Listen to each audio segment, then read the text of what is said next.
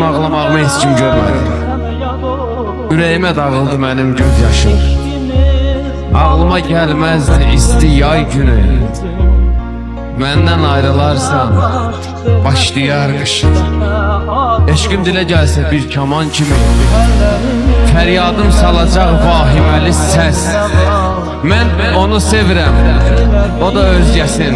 Mən necə deyim ki, qovuşsun hər kəs.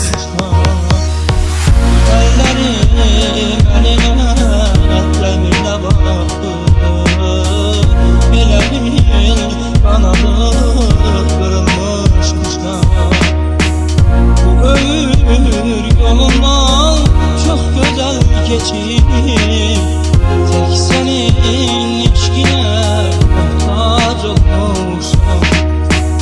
Bu ömür yolundan çok güzel geçip tek senin eşkine muhtaç olmuşum.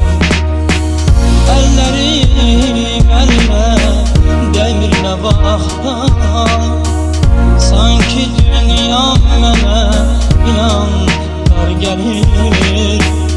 Ömrümüz mənasız, ömrümüz viran. Vallahi yaşamaqda mənə ar gəlir. Əllərim əlinə dəmirinə baxan, sanki dünyam mənə inan dar gəlir.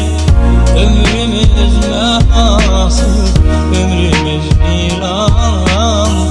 Vallahi yaşamaqda mənə